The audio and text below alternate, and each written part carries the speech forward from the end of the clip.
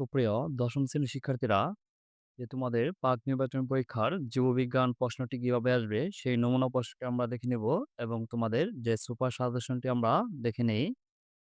তোমাদের যে পাক নির্বাচন পরীক্ষার জীববিজ্ঞান প্রশ্নটি যে তোমাদের 25টি নৈর্ভিত্তিক থাকবে। এখানে তোমাদের বেশ কয়েকটি নৈর্ভিত্তিক, এখানে তোমাদের 25টি নৈর্ভিত্তিক দেওয়া আছে, যেটি তোমাদের নমুনা প্রশ্ন। আর তারপর হচ্ছে যে তোমাদের সৃজনশীল থাকবে। আর সৃজনশীল বলতে তোমাদের প্রশ্ন কাঠামোটি কিরকম থাকবে?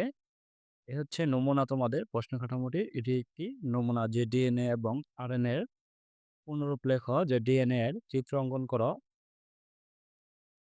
এখন আমরা দেখে নেব যে তোমাদের জীববিজ্ঞানের যে সুপার সাজেশনটি আছে সেই সুপার সাজেশনটি আমরা দেখে নেই। বায়োলজি যে তোমাদের চ্যাপ্টার 1 এ কি আসতে পারে? জীববিজ্ঞানের জনক কে? ভৌত জীববিজ্ঞান কি?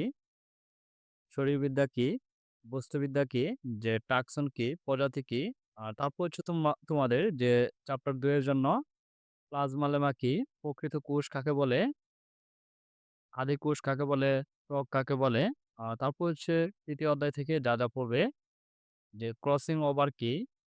হেমাটাইসিস কি? কোষ বিভাজন কি? আর ৪র্থ অধ্যায় থেকে তোমরা জীবনী শক্তি কি? এটিপি কি? এটিপি কাকে বলে? যে সালোক সংশ্লেষণ কি? জৈব মুদ্রা কি?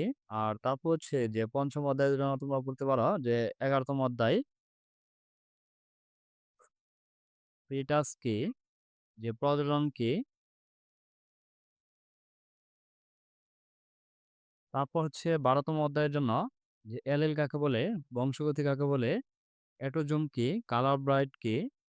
পিউরন কি? অ্যাটোসোম কি? আর তারপর হচ্ছে ১৩ নং অধ্যায়ের জন্য তোমরা যে খাদ্যজাল কি? জৈব বৈচিত্র্য কাকে বলে? শক্তির প্রবাহ কাকে বলে? ট্রাফিক লেভেল কাকে বলে? লাইকেন উৎপাদক কাকে বলে? এই তোমাদের যে সুপার সাজেশনটি আছে আমরা দেখে নিলাম। তোমরা এই সবগুলো সমাধান করলে আশা করি তোমাদের পরীক্ষার মধ্যে 100% কমন আসবে ইনশাআল্লাহ। ধন্যবাদ।